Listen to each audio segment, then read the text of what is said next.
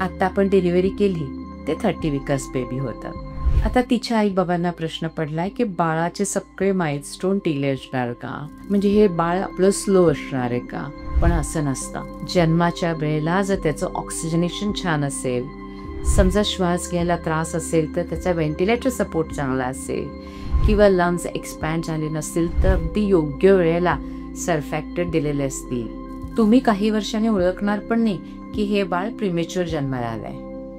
सुरुवातीचे केअर व्यवस्थित देणं हे फार गरजेचं असतं. सुरुवातीला बाळाचं ऑक्सिजनेशन मेंटेन करणं आणि बाळाला इन्फेक्शन होऊन न देणं हे अतिशय महत्त्वाचं असतं प्रीमेच्युअर बेबीजमध्ये.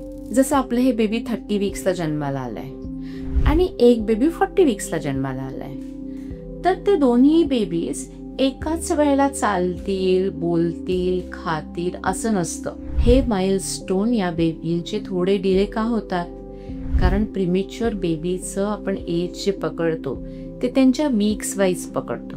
म्हणजे आजची डिलिव्हरी 30 आठवड्याची आहे, तर जरी जन्माला आलं बाळ तरी आपण पुढच्या आठवड्यात त्याला 31 म्हणतो. अजून 4 आठवड्यांनी आपण त्याला 34 वीकर बेबी म्हणतो. जेव्हा ते 40 वीक्सचं होईल तेव्हापासून बाळाचे जे माइलस्टोन्स आहेत ते फुल टर्म बेबीसारखे व्हायला सुरुवात होतात.